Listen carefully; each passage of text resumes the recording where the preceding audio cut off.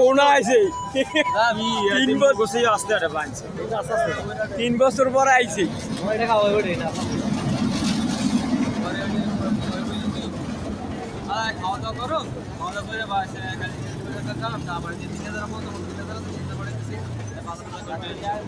এই কইছি বলি কয় আছে ঠিক আছে বাকি না বাসা খাই কই বাকল আসলে বলে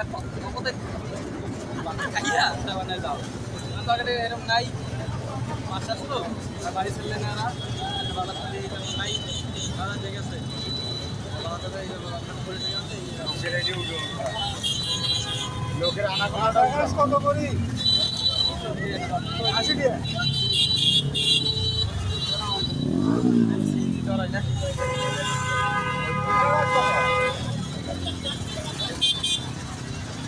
ইউ